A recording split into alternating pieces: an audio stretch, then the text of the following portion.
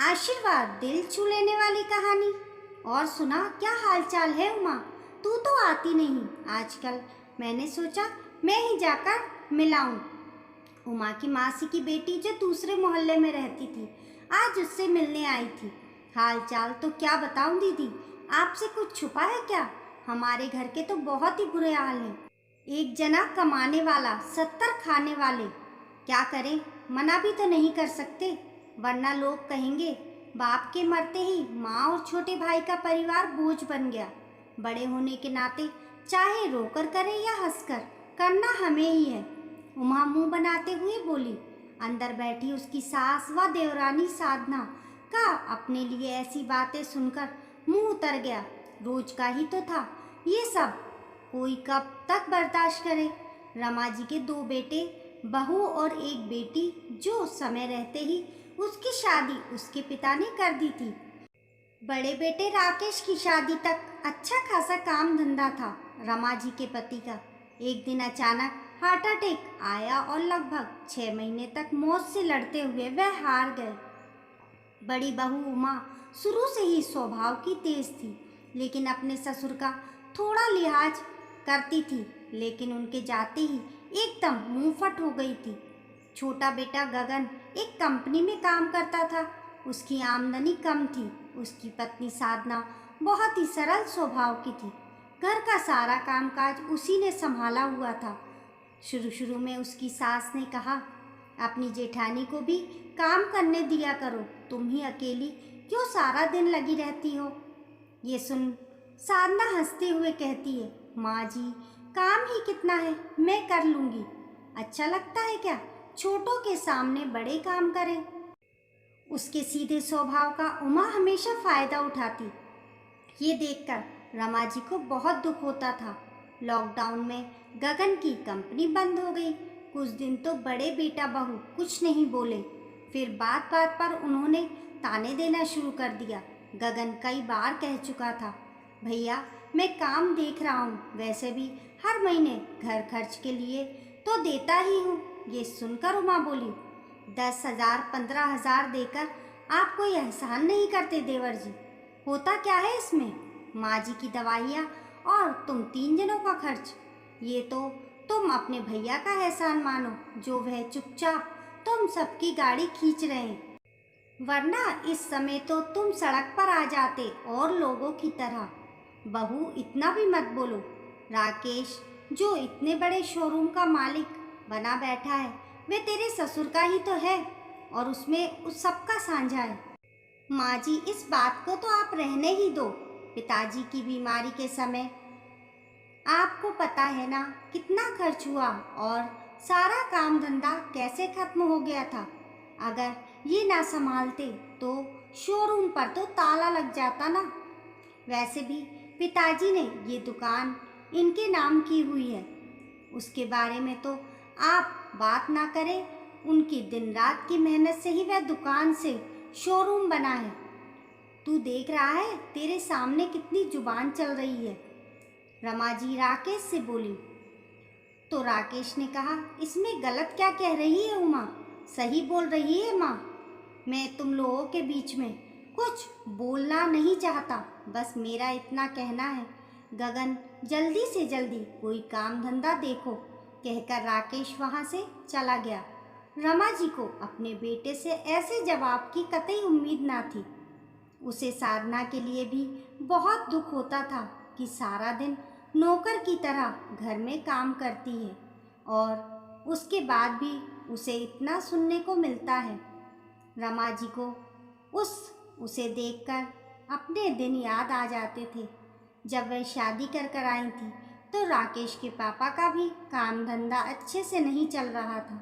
वह भी तो साधना की तरह सारा दिन घर का पूरा काम धंधा करती थी, और फिर जेठानी और सास से ताने सुनती।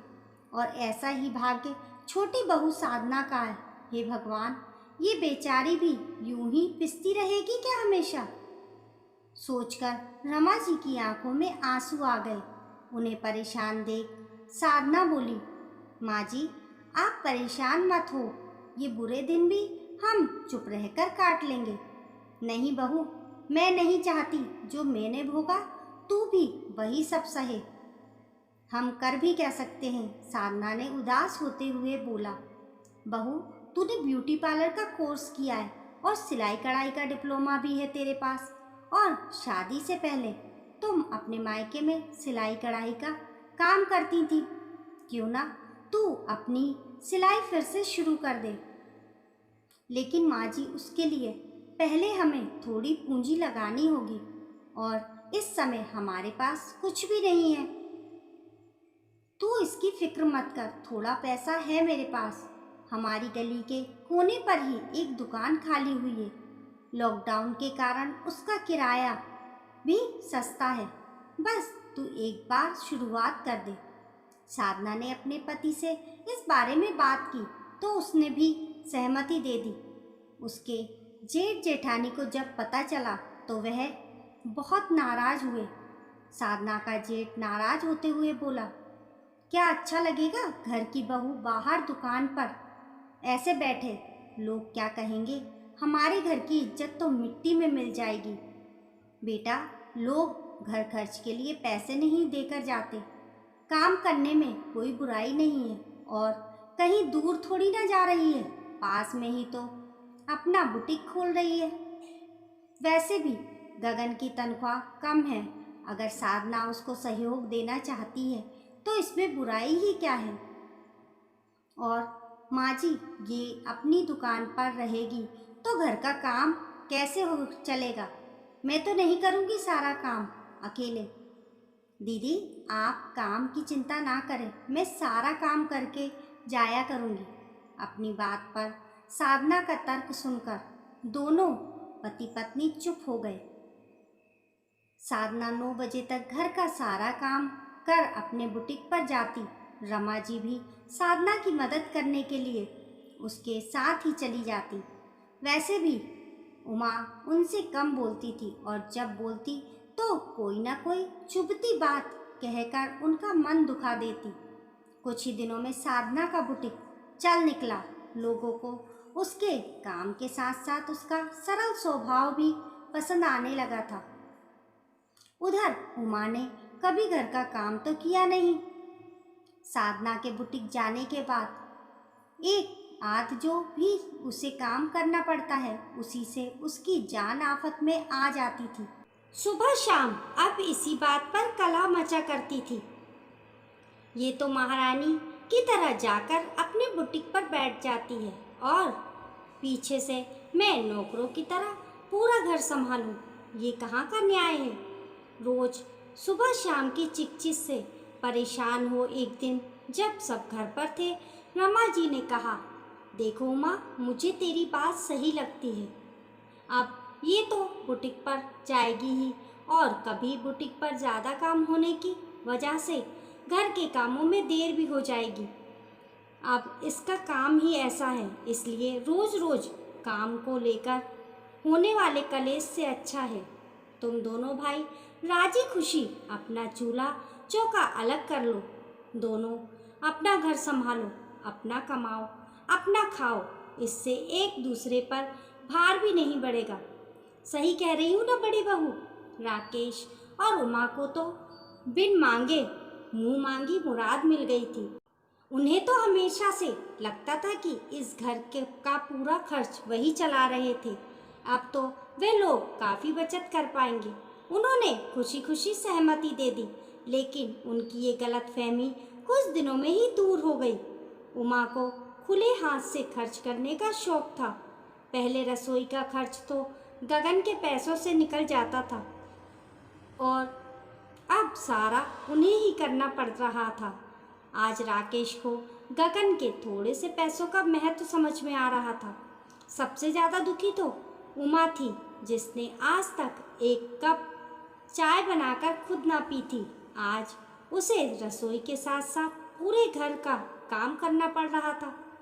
जब राकेश से उसने काम वाली रखने के लिए कहा तो वह नाराज होते हुए बोला, साधना इतने जनों का काम अकेले करती थी और तुमसे 4 लोगों का काम नहीं होता।